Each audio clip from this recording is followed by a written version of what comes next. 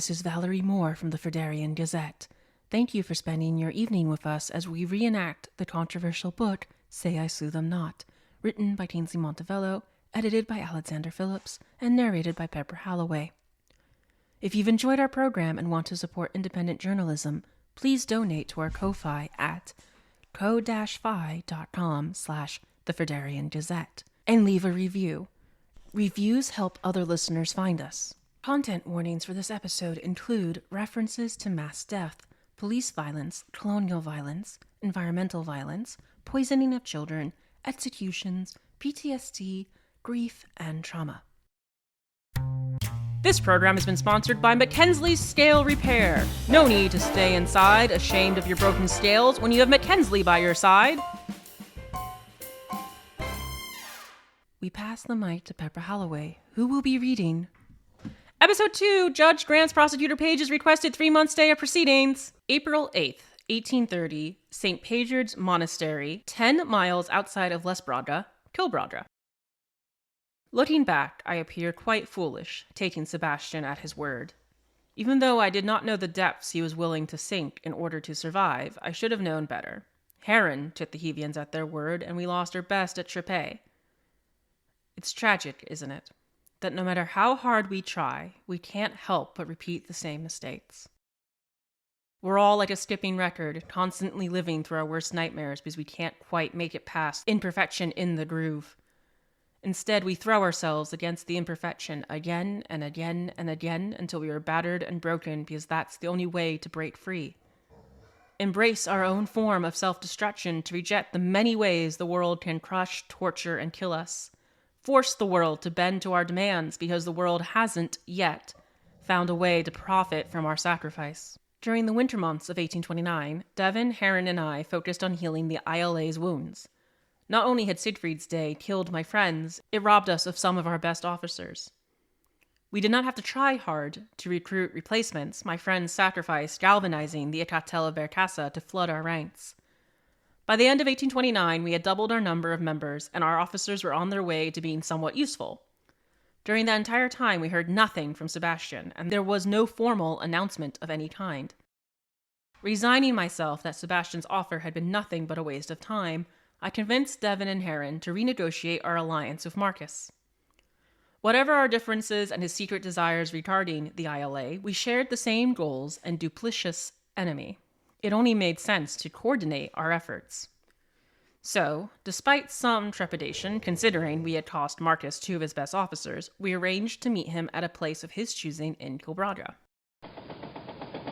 It must be hard for anyone born after the war to understand why we dreaded riding the metal beasts that consume the ancient remains of creatures that once called Killbraugha home and filled the air with smoke and pestilence. But the trains of 1830 were nothing like the trains of today. Before the 1830s, trains had been used for transporting goods and for military and colonial purposes. Even though several Hevian entrepreneurs bought and repurposed trains for personal travel, they had not updated the insides at all except for their first-class cars. Everyone else had to stand or sit on the floor of cars that only a few months ago held cattle, horses, boxes of food, and/or young soldiers going to or returning from Alcohun. There were no windows, so we often had to slide open the car's massive doors and hope that the hastily laid tracks didn't throw several of us out. The first car was the only car with food service. The rest of us had to jump out whenever conductors rotated, buy overpriced food from the closest food vendor, and race back onto the train. No one performed roll call, and it wasn't unusual for someone to take too long and miss their train entirely, forcing them to wait until the next train, which could take anywhere from hours to a day to arrive depending on the schedule. At least by the 1830s, a universal scheduling system had been implemented throughout Hiva, and you knew when your train should arrive, plus or minus an hour or two. Since we were Ilkhatal, we were shoved into the last car of the train. Normally, these cars would be packed so tightly one could barely get out at one stop, but because so few Ilkhatal had the proper paperwork to make the trip from Verkassa to the border, we were one of the few Ilkhatal on the train.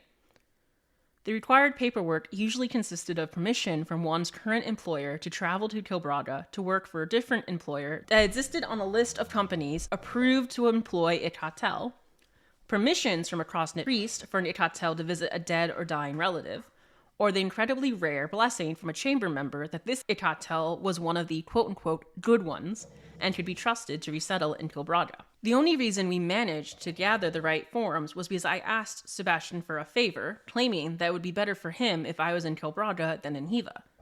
I don't think he truly believed me. He just wanted me out of his hair, since he knew that if I stayed, I would be pestering him about passing the Voting Rights Act. We traveled under false names and carried special instructions with Sebastian's signature that marked us as 3 of his spies. Sebastian assured us that given his recent popularity, not even Griffin would interfere with his spies. As we boarded our first train, I wondered what my friends would think about us traveling, not only with the permission of a Hevian official, but also pretending to be his informers. Sandy and Asia would most likely have understood the need for such a disguise, but my cousin and Gary? They would have demanded to travel without any pretenses or favors. They were strong and proud. Where was our strength? Our pride? Was I already failing them and their sacrifice? I couldn't do this alone. I couldn't do this without them. We took a train from Berkassa to Freeport, a Hevian city 30 miles from the border, slept in the station, and boarded another train that took us directly to the border. From there, we took an overpriced carriage directly to Ilkhatal. By then, we were so bruised, exhausted, and irrationally angry from traveling in such horrid conditions, we were relieved to step out of the carriage at City Hall and into the smoggy, dreary capital. City Hall was brand new and still had that smell of fresh paint, but the rest of the city looked exactly as one imagined any frontier town to look. Brick factories puffing smoke into the foggy air towered over us, and the cheap wooden houses Hevians called home. Children swayed around here and there, carrying large buckets of water or firewood or laundry. Women stood on the front porch shouting directions at men mounting horses or walking away to God knew where. We passed plenty of taverns and pleasure houses whose customers spilled out into the street, but only one grocer with a store that took up an entire block. We received reproachful looks as we walked down the wooden streets and slowly realized we were trespassing on Hevian territory. We quickly turned around and walked down the muddy, splintering streets of the Ilkhatal and Indarium district. Ilkhatal was the only city in all Killbraugha that had a sewer, and it was a shallow and unfinished project, refuge often seeping to the surface or spilling into the roads after a bad storm. The wooden buildings the Ilkhatal called home consisted of several different colors and kinds of wooden planks as they constantly fixed up their houses. The bottom half of the houses were splattered with muck, and the roofs were covered in ash. There were just as many taverns and pleasure houses, and those were the only establishments one could find a Hevian. The rest of the businesses were either Ilkhatal or Indarium owned, and surprisingly, this side had 3 grocers. Heron, Devin, and I instinctively ducked into a filthy alleyway as a creaking, mud-splattered carriage carrying Griffin's soldiers rolled by, spraying everyone standing on the streets with dirt and muck. It did not take long for us to find our first barrack, protected by a stone wall that was manned by several patrolling soldiers. Thankfully, we were able to slip past without anyone noticing us. I was glad to leave the dismal city as quickly and quietly as we could. The familiar but crowded streets of Berkassa were difficult enough to walk with my wounded eye, but the unknown and treacherous streets of Ilkhatal were nightmarish. I never knew who was coming from my left, unable to determine if someone bumping into me was a friend or foe, until it was too late, and if they wanted to kill me, they could have easily done so. It enrages me still that my first ever trip to Killbraugha was filled with fear and anxiety. I should have been able to freely enter my homeland without a treacherous Hevian's permission. I should have been able to walk freely the same path walked by my ancestors without being shadowed by trigger-happy Hevian soldiers. I should have been able to meet with anyone I pleased without the terror of leading Griffin directly to Marcus's location and being responsible for the death of one more Ilkhatal hero.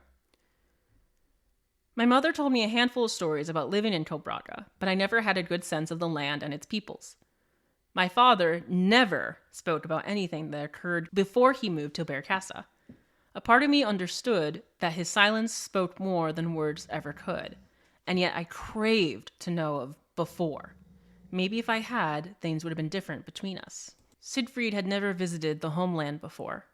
None of us had, except for Sandy and Heron, who had been born here. It must seem strange to die for a land none of us had ever seen, to those who have never had their rights stripped from them, but Killbraugha is in our blood. We are connected to her in a way a Hevian can never understand, having severed their own connection with their own land centuries ago. Hevia is no longer a sacred place that births, nurtures, and welcomes their return when they die. It is a commodity that they tear apart, poison, destroy, and harvest as they please. They treat their own home like they treat their colonies. For us, Killbraugha holds our past, our present, and our future. It holds our stories, our myths, and our martyrs. It feeds us, nurtures us, and makes us who we are. We came from its soil, and it will reclaim us and care for us when we pass. I wish I could have buried my friends in Killbraughan soil. Even if the Mariateach guided their souls to the hereafter, their bodies deserve to rest in our homeland. We followed the brown Ilkhatal River for a day, Devin and I enjoying the sound of water gently breaking against its steep bank. How I yearned to undress and jump into its putrid waters. It would have been no different than swimming in the Hevian sewers. When Devin told Heron about our misadventure, he grimly replied, "The Hevians don't regularly poison their sewers." We crossed the river a handful of miles above the poorly crafted dam Heva finished 5 years ago. Heron explained it was meant to expand the amount of land available for farming, but they hadn't counted on the poison seeping into the dirt nor the loss of necessary nutrients after they blocked the river. "They're idiots building a city so close to that pathetic excuse for a dam," he said as we reached the other bank of the river. Another tragedy waiting to happen. I asked him if it was true that this had once been rich wetland, and Heron nodded. "I'm not old enough to remember how things used to be, but my mother told me stories of when the Sagra River was filled with dozens of different types of fish, frogs, salamanders, and even beavers and otters. All gone now." His jaw tightened as we walked through the dry yellow grass, a noxious and faintly decaying smell floating around us, as if trying to prevent us from going further. "She said every spring the water would rise and turn this land into a wetland for as far as the eye could see. Entire cities from West Braga traveled north to partake in its cool, restoring waters and to sell their wares at the many festivals and markets. I was there when they poisoned our waters and slaughtered our livestock. One of my first memories is of hundreds of dead and dying fish twitching on the river's banks. I was 6 when they murdered Pedro King for publicly mourning the 10 children the Hevians poisoned." "I'm a Boris, Heron," Devin frowned. Our older friend nodded, adding, "And they wonder why we'd rather die than remain in their empire." We walked in silence after that, knowing there was nothing we could say that would lift Heron's dark mood, and cheering ourselves up felt like a crime. As we crossed the dry grasslands that oozed with gray and noxious mud, lacked safe water, and nurtured only the most hardy of wildlife, I became aware that I was walking through a sick ward, the kind where one's voice sounded as loud as a gunshot, potentially condemning one of its patients to death. Killbraugha was not yet dead, but what remained of its life rested in our hands, and I was only 19. It should have been Siegfried returning to our homeland to forge an alliance that would set us free, not me. It took us 4 days of walking from Ilkhatal to Les Braga. We were quite exhausted by the end of it, the gradual change from the dead former wetlands to the rich, vivid green hills, the only thing encouraging us to keep going. During one short break, a troublesome goat stole Devin's hat. It led us to a solitary hut made from stones dragged from the river, and its roof was built from broken branches and moss. Puffs of black smoke drifted from teeny, singular black metal pipes that stuck out of the discolored moss. By the time Devin got his hat back, the goat herders returned with the rest of the flock. After they failed to convince us to join them for lunch, they gave us a bag filled to the top with dried and salted meats, several containers of goat cheese, and bread. It took another hour before we ran into a gathering of huts and other Ilkhatal. Chickens, children, and dogs ran wild while their parents and older siblings eyed us curiously and warily as they managed their small plots. They wore flowing gowns and shirts, some displaying their leathery and weathered backs with pride, while others went completely shirtless. Fresh mounds of dirt and gangs of hardened Ilkhatal confirmed that Heva's desire to expand their railroad this way would meet fierce resistance. Occasionally we stumbled upon a scar from the first Shadow War, a cavernous ditch full of rusted metal, a patch of dirt where nothing grew and nothing ever would, or the huddled forms of a poor soul never properly buried.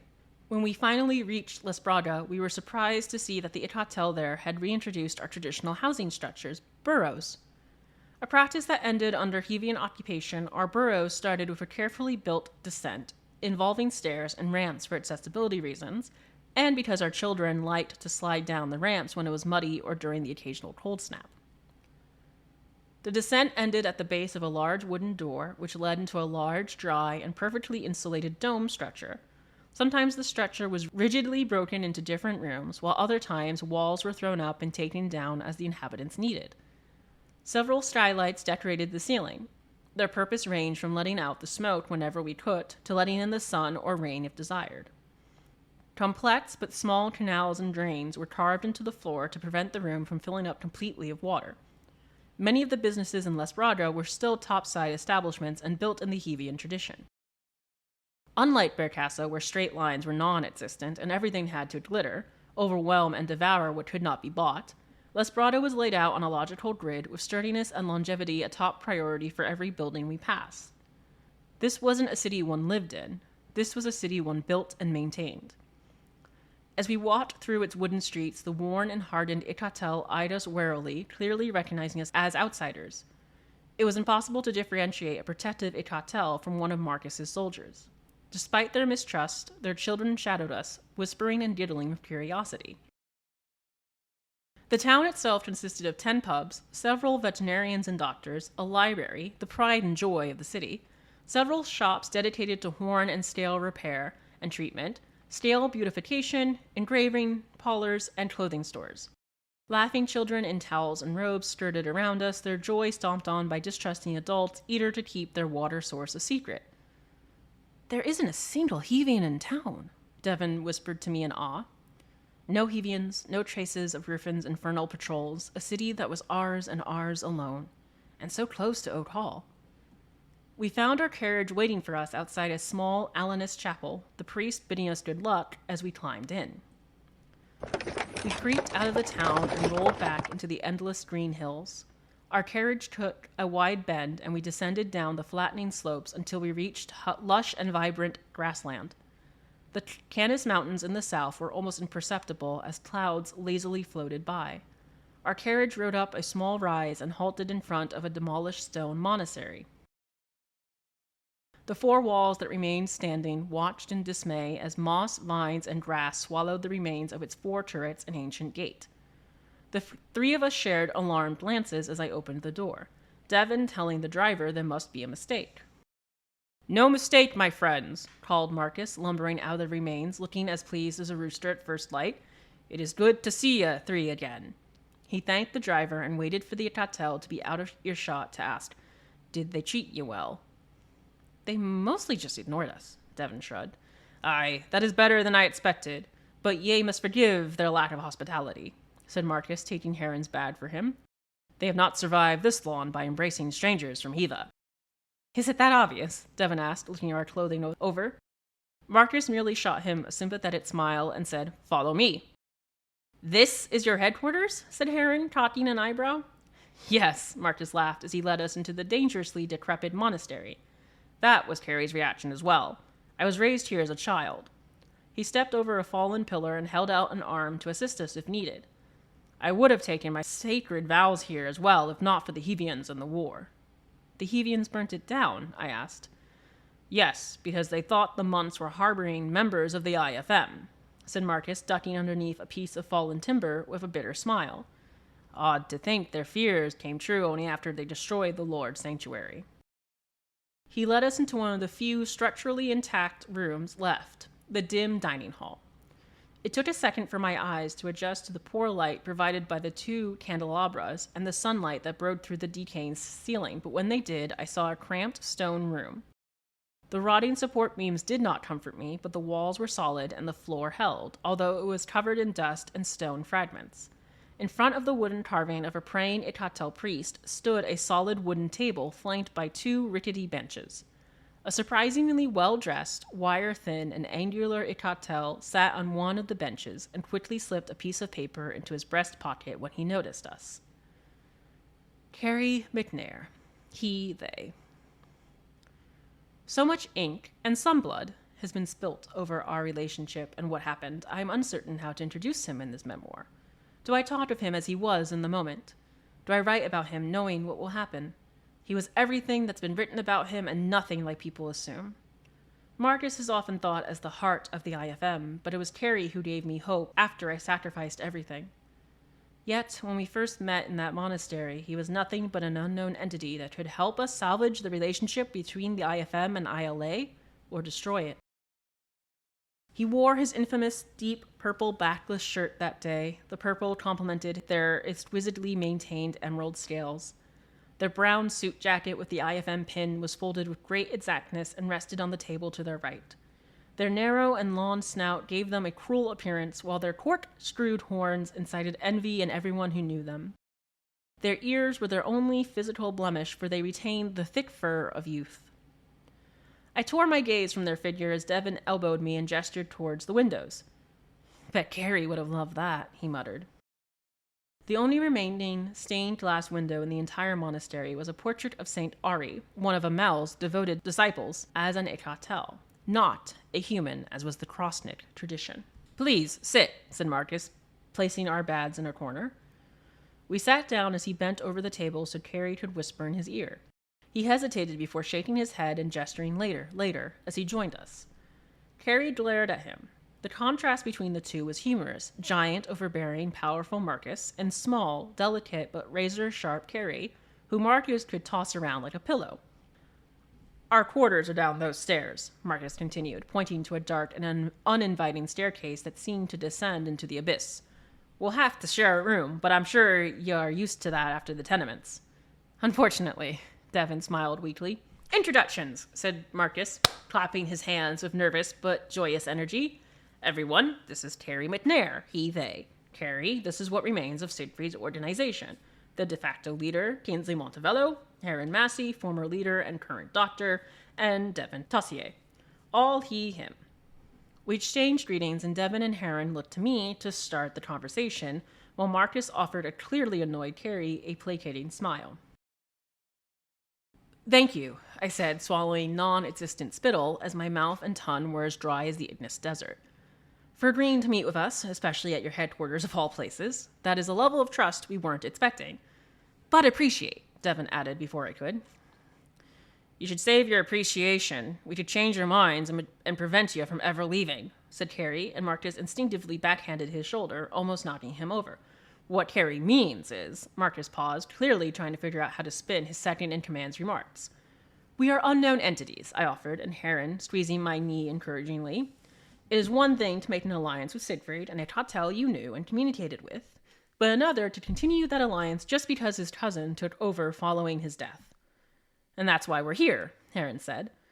"We didn't want to assume you were willing to continue the alliance. We want to give you a chance to end it or renegotiate." "I'm an Ilkhatal of my word," said Marcus, a hint of outrage in his voice. "We made an alliance with the ILA, not with an individual Ilkhatal." "Except Siegfried sacrificed the ILA on the martyr's altar, so is there even an organization to ally with?" said Carrie, Marcus frowning, but not jumping in to defend us. "The Hevians killed my friends, not Siegfried," I warned. "Siegfried sacrificed some of your best officers as well as ours," said Carrie. "I understand controlling the story of Siegfried's day and your propaganda pieces, but this alliance is useless if we can't be truthful with each other." "Truthful?" I snapped, Heron's nails breaking through my scales and stabbing into my flesh as he squeezed my knee. "Truthfully, you sound jealous that Siegfried forced the Hevians to restore our voting rights." Heron closed his eyes and growled in a low octave, an octave only Ilkhatal can hear, as Marcus and Carrie sat up in their seats. I swallowed and sheepishly looked down, knowing I had twisted the facts more than I should have, but Carrie hadn't been there, hadn't seen the carnage, hadn't heard my friends breathe their last, hadn't stained his hands with his clothes with their blood, hadn't watched his friends die. "Explain," Marcus ordered, his voice still friendly but firm, his eyes pinning me to my seat. "An offer was made," I muttered, avoiding Marcus's gaze that reminded me of my father whenever I said something that crossed the line. "Sebastian Wallace, the current darling of the Plumet party, approached Kingsley with an offer," Heron explained, the only one out of the three of us who could meet Marcus's eye. "He would convince McAllister to restore our voting rights and the ability to run for election if the ILA and IFM disbanded. However, we haven't heard anything since the offer was made." "Did you agree on our behalf?" Carrie growled. "No," I said. Technically, I didn't even agree on the behalf of the ILA. I told him to impress me with his efforts to convince McAllister to restore our rights to vote, and we'd consider his offer. He was either searching for information or he thought we'd be dumb enough to actually believe him and break our momentum, said Carey, smoothing out his vest as he shifted where he sat. Or both. Either way, it's a treacherous bargain and we should ignore it. We all agree that the Hevians cannot be trusted, Heron said. But that doesn't mean we shouldn't hold them to their promise. They're never going to restore our right to vote, Carey dismissed. Just like we're never going to be free, said Heron with a small smile. Carey scrunched his snout in annoyance as he pawed at one of his ears and looked at Marcus for support. While regaining the ability to vote would make certain aspects of our lives easier, it is an unnecessary distraction from our ultimate goal, said Marcus. It could, Devin said. You're right, it could. But what if we did it? What if we restored our people's right to vote and run for election? Can you imagine what we could achieve with that kind of power? Marcus and Carey shared skeptical looks, and I leaned towards them. We don't know everything you've accomplished so far, what campaigns you're working on, or the full extent of your casualties, but can you honestly tell us that you are anywhere close to achieving Killbraugh's liberation? I paused, and Carey folded his arms across his chest as he scrunched his snout, and Marcus pawed at his ear and avoided my gaze. We do not intend to stop fighting for complete liberation from Hiva, I continued. But the ILA doesn't plan on ignoring an opportunity to make our people's lives easier or reclaim rights that were stolen from us. If they restored our rights to vote, they would have to acknowledge we are not the uncivilized animals their God tasked them with caring for, Carey said, disgust and rage oozing from his words as he sneered. Exactly, said Heron, and Carey shook his head. They'll never do that. They'll never admit they were wrong to strip us of our rights, because then they'd have to admit that the Fredarian War was wrong, that the Idnis invasion was wrong. Well, they may have to admit that anyway if rumors drifting out of Alcahun are true, Devin offered. Unfortunately, the liberation of Alcahun spells doom for our cause, said Carey, sitting back and tightening his folded arms around his chest. The Hevians won't be able to stomach 2 defeats. You sound like a defeatist, I snapped, Heron throwing me a warning gaze. I'm a realist, Carey countered. We can't afford to split our forces. We offer Hiva a solution that includes anything except complete liberation and we'll never be free. It's liberty or death. Siegfried felt the same way, I said, meaning it as a peace offering, but Carey didn't bother to hide his revulsion. What of our current situation? Asked Devin. I dream of liberation, I do, but I can't ignore the horrors of the present. Yes, Carey, you're right. The Hevians will gladly accept a solution that keeps Killbraugha within Hiva, and maybe that is all we will be able to achieve in our lifetimes. But isn't it better to leave the future generation with more rights than less? If we can't liberate our land today, then at least we can lay the foundation someone else can use to liberate our people tomorrow.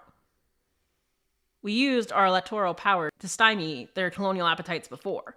If they are restored, we can do it again, said Heron. Which is why they'll never return our rights, said Carey, or they'll simply take them away again.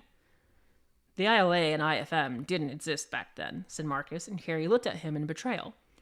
And we know better than to trust their courts, laws, and better nature. Marcus, we're stretched thin as it is. We can't afford another distraction, Carey snapped, grimacing at himself as he realized he admitted a weakness in front of us. We do not want to undermine your campaigns, I said. As Heron said, we came here to reach an understanding between our 2 organizations. The ILA will focus on regaining our voting rights. We hope, at the very least, the IFM can express support for our efforts and goal as we will express support for your goals. It would be helpful to know what those are, Devin said, gesturing an invitation to share. We are stronger united, Marcus told Carey, who eyed us distastefully. The ILA and IFM have never tried a coordinated campaign, said Heron. Rory and I talked about it often, but the IFM had been neutered by the time we took over. I understand voting rights may not be a priority among Ilkhatal and Killbraugha, but having electoral power will enable us to address the many issues you are currently facing, and the issues you're facing will only highlight the importance of restoring Ilkhatal voting rights. Remember, we've shared power before for hundreds of years, and our joint states flourished. We were equals then, Carey said. And we will be again, I assured him. Additionally, we now have a contact within the McAllister administration, said Heron, and this time Carey's disdain and frustration receded enough to reveal a spark of interest. Wallace contacted Kingsley with his offer, and it is Kingsley he will negotiate with in the future. He is just the teeniest of cracks into the Hevian government. I plan to use him to widen that crack, and in doing so, gather information and favors that will benefit us all. You may even be able to apply pressure on Griffin. We need Griffin to die, Marcus admitted. I'm sure you wouldn't be sad if she was reassigned, Heron offered. Carey unfolded his arms and seemingly with great pain and reluctance forced his posture to soften. He glanced at Marcus and nodded. Marcus rose and walked to the back wall where he shimmied a stone out of the wall and pulled out a torn and weathered map. He replaced the stone and laid the map out on the table. This is our most current map of the situation in Killbraugha, said the towering Ilkhatal. We have fought a long and costly battle in the west, protecting the farmlands from the predatory landlords and Griffin's forces. They still launch raids, Carey said, but they mostly stay within their barracks. The problem is that Heva is preventing farmers from selling their goods unless they have proof they've paid their rents, many of which are now impossible to pay off. We've managed to find some buyers in the Canis mountain ranges and the Phoenix fields, but Vistrik don't pay in Pinta, and the Phoenixes are too friendly with the Hevians to be useful allies. This stalemate can't last, I said, studying the map. The Hevians rely on us for their crops. We know, Carey replied sharply. Griffin has spent the last few months gathering supplies and soldiers in the northern part of Killbraugha. We're facing a new invasion of Westbraugha, one that will most likely launch by the end of the month. We're also seeing renewed activity in Eastbraugha, especially along the Adamic-Killbraugha border, said Marcus, running his clawed finger down the mountain range. They've increased coal quotas to be stripped from the existing mines, and we've seen surveyors looking for other openings. We've also seen Hevians in suits guarded by Hevian soldiers inspecting the land, said Carey. We're receiving reports of Garganians as well. Garganians? The three of us exclaimed. That's what we've heard. I'm traveling east later this week to confirm, said Carey, scratching the bridge of their snout. Our new commander of Eastbraugha is... He's a good Ilkhatal, but he has an anxious disposition which can lead to wild ideas and false alarms. Margaret and Sean were always... Carey stopped himself as a haunted look briefly broke through his facade, and he turned from us. Marcus patted his shoulder before returning to business. Perhaps your contact should shed light on why Hevians and Garganians are prowling Eastbraugha. We will certainly ask, but my best guess is that they're preparing for an assault from Sundara, said Heron, bending over the map so his snout nearly touched the parchment. They are assisting the rebels in Alcahun, after all. And you all, Devin added. Have you heard of assault plans? I asked as Marcus and Carey exchanged looks. No, said Marcus with a finality that told us not to ask further questions. I glanced at Heron, who gestured to let it go. It would seem then, said Heron, that your main concern is land rights, something that is regulated by the Chambers, a governmental body we could enter if our voting rights were restored. Marcus smiled with amusement as Carey glared at Heron. The Hevians would claim we are overly greedy if we asked for land rights immediately after we asked for voting rights, said Marcus. Maybe if we only focused on land in Killbraugha, I said as my mind turned and turned. But there are many indentured Hevian farmers as well, who must want to own the land they toil over. Land rights could benefit everyone, putting additional pressure on Hevian officials. Watch the Hevians own their land before us, Carey scoffed. We will find ways to support each other's campaigns, said Devin. After all, Marcus, you admit we are strongest united. You've given us much to think about and much to discuss, said Marcus with a pleasant smile. We need time to mull it over. How much time? I asked, but Heron injected. Of course. That is understandable. Do you mind if we stay for a few days? It's been a long time since I've been home, and I've deeply missed it. Of course, said Marcus with genuine excitement. Stay as long as you desire. We have plenty of rooms downstairs, and it would be an honor to share the space with you. Marcus took us downstairs after the meeting so we could unpack and make ourselves comfortable. The room was dark and considerably cooler than the first floor, and was surprisingly spacious. Several empty cots with a pillow and thin blanket laid before us. We spotted Marcus's cot near the stairs because a large leather-bound Holy Scriptures laid in the center, and we assumed the cot next to Marcus was Carey's simply because it was the only one with the blanket gathered tightly into a ball at the end. Devin and I took the cots towards the end of the room, while Heron took the one in the center, mostly because he hoped placing some distance between himself and Devin would minimize the loudness of his snores. He brought scraps of fabric to shove in his ears just in case, and even offered a few to Marcus and Carey, who politely declined. You'll be begging for them later, he said as Devin's ears fell in embarrassment, even while he offered an apologetic and good-natured smile. I threw my bag underneath my cot without bothering to unpack and threw myself on it, belatedly worrying it might break under my rough landing. Thankfully, it creaked and cracked but remained standing. I don't know how long I laid there, studying the cracks in the ceiling as Devin and Heron made themselves comfortable. Marcus and Carrie disappeared who knew where, hopefully to discuss our proposal, but who could say? I understood wanting to remain focused on one thing, but if we worked together and regained our people their right to vote, surely it'd be worth everyone and everything we had lost. Filled with a rush of energy, I leapt from the cot and walked outside to wander amongst the rubble of the monastery. Wild plants, grass, and weeds had reclaimed most of the plot, but I imagined its magnificence. It must have been an expansive place, draped in the pious modesty of the Alanist faith, evoking neither fear nor grandeur, but demanding a quiet, unsettling awe. I climbed over a heap of rubble and walked a good foot away from the monastic remains before the Canis Mountains caught me. They loomed like living, breathing giants, merging with the cold dark of a cloudy night, the insurmountable home of the Vishtrik and Lupus, and one of the few natural protections we had from the shadows of paradise. I never felt more alone as I studied their icy indifference. At least in the city, I was part of a greater being, but here, there was only me. I kicked a rock down the gentle slope and watched it startle a rabbit, the poor creature darting across the landscape. Wasn't Pip going to raise hares out here? Hares, pigs, cows, and chickens. I closed my eyes as Gary's faint breath tickled the back of my neck, and his weight pressed against my shoulders. There you are. My heart jumped into my mouth, and I whirled around, nothing on my right. I've been looking for you, grunted Heron as he climbed over the rubble to join my left side. It's beautiful, isn't it? I miss the mountains. I don't like them, I admitted, forcing my heart to settle and my spasming hands to relax. I feel vulnerable. If the Hevians were to send a unit here, we would never know until it was too late. If it was that easy, don't you think Griffin would have done it already? Said Heron. Just as Bearcast's tightness protected us, Killbraugh's expansiveness protects Marcus. It was a mistake coming out here, wasn't it? It's too soon to tell, said Heron, uncharacteristically optimistic.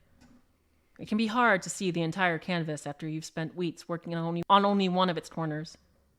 Even more so when you have to paint while an accursed asshole constantly tries to burn the canvas on you. I picked up a petal and threw it. It would be a great help if we could get Griffin reassigned, I said. Yes, it would. But Sebastian won't do anything that doesn't benefit him, I muttered, turning and twisting the problem over in my head. How do you justify removing your best officer when the IFM's attacks only grow in frequency? We should focus on voting rights. Griffin is the IFM's problem. I didn't expect Carrie and Marcus to be so hesitant, I admitted, throwing another stone down the steep slope. I thought they would understand. I threw one more stone before slumping onto the grassy ground and sighed. I don't know what to do, Heron. Even the smallest of victories seems impossible. He groaned as he sat down next to me and placed a hand on my shoulder. I know. I felt similarly after Jeopardize. You came back, I said, looking at him, the rays of the half-moon highlighting the gray hairs in his long ears. You're still here, because I can't do otherwise. As Carrie said, liberty or death. I glanced back at the Canis Mountains while absent-mindedly spinning a smooth stone between my fingers. By Varys, I've missed them, said Heron. Were you born near here? No, I was born near Rashivada, in the west. My father was a veterinarian, took care of all the farm animals. I smiled. He used to take me with him, and while he worked, I loved to visit the pigs. They're clever animals and have large personalities. For a long time, I refused to eat pig. I still don't like eating them. Do you think, I began, do you think we could help Marcus and Carrie understand? How so? What if we took one of them with us to Bearcassa? Reintroduced them to the importance of having representatives in the chambers. It's been so long since we've had any representation. How can we expect anyone in Killbraugha to understand? But maybe, if they saw us negotiate with Sebastian and they saw how much gets done in the chambers, they understand why our voting rights are so important. I think your idea has merit, but it will take a lot of convincing. I imagine Carrie and Marcus would not be keen to split up right before Griffin launches her attack. No, but if we could convince Carrie we could prevent that attack by pressuring Sebastian, they might agree. Heron twisted his snout in disagreement. It'd be an opportunity for Carrie to continue the work Sean and Margaret started. An opportunity to ensure Sean's death was not in vain, I said, Sean offering me his hand, the smoke burning my fresh wound across my eye. I think that's the argument we start with, said Heron. At the very least, he may appreciate being given a chance to appeal directly to Sebastian to locate and release Sean's body. I frowned. We had been petitioning Sebastian's office for months for news on the whereabouts of our friend's remains and received nothing in return.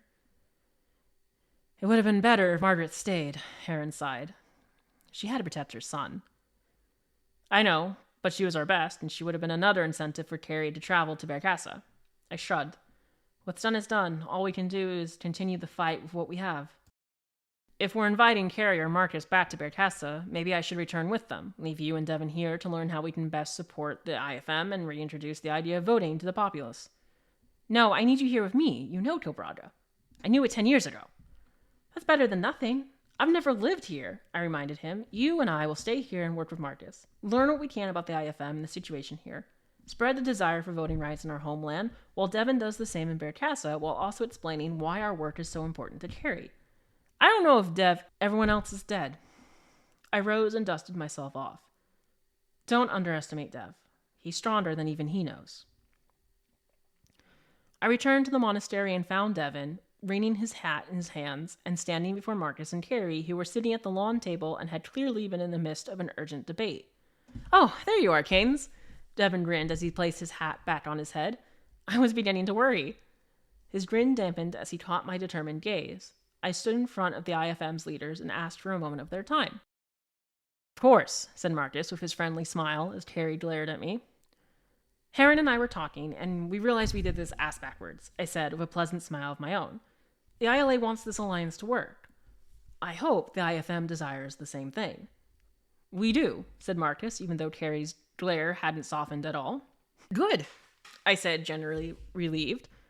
Then I have a proposal. While we have the same ultimate goal, it is clear we do not fully understand one another's local roles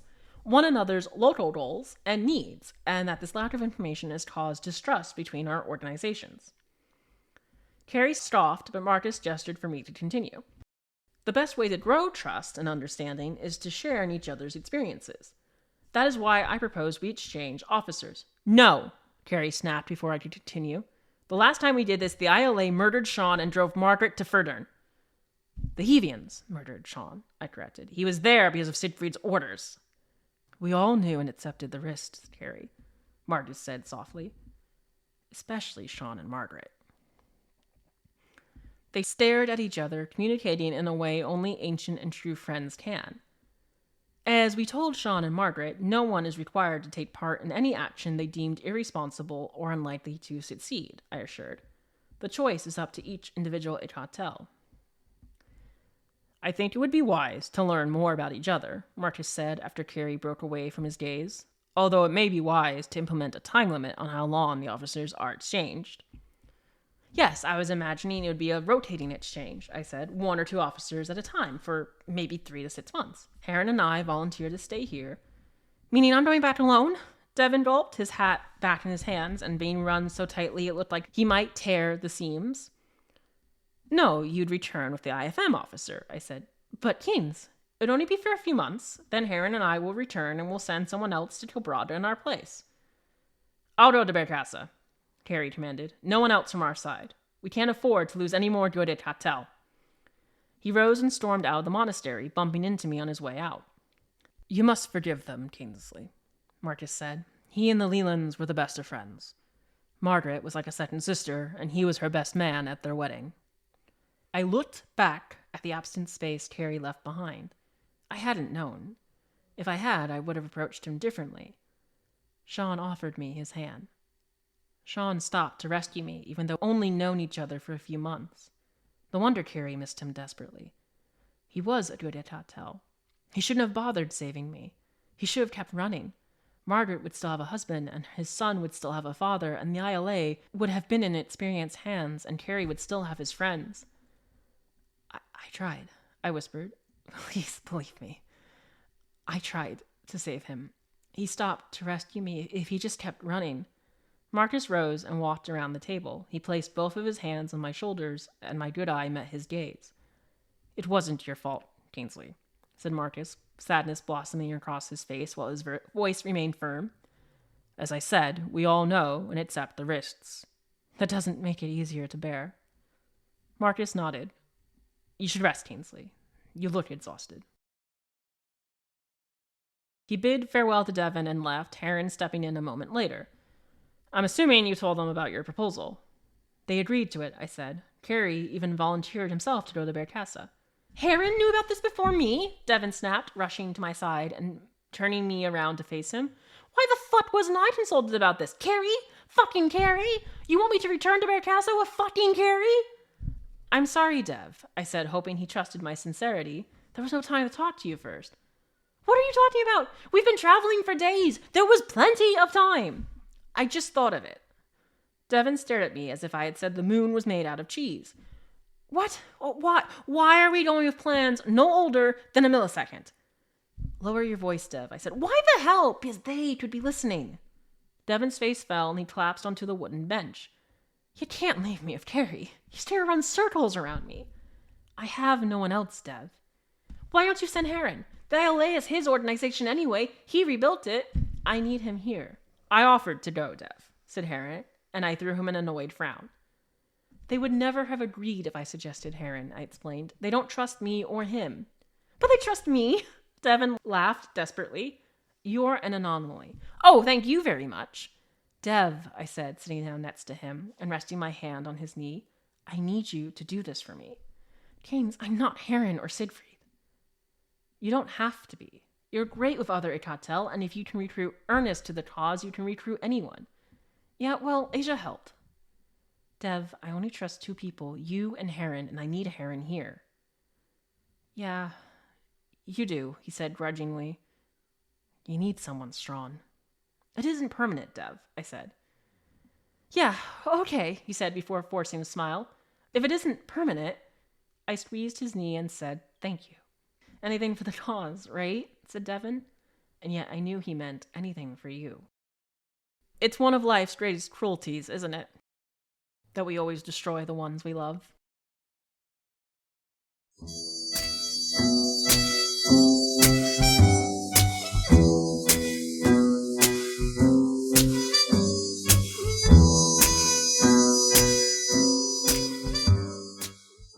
You've just heard Judge Grant's Prosecutor Page's requested 3-month stay of proceedings from Say I Sue Them Not by Kingsley Montevello.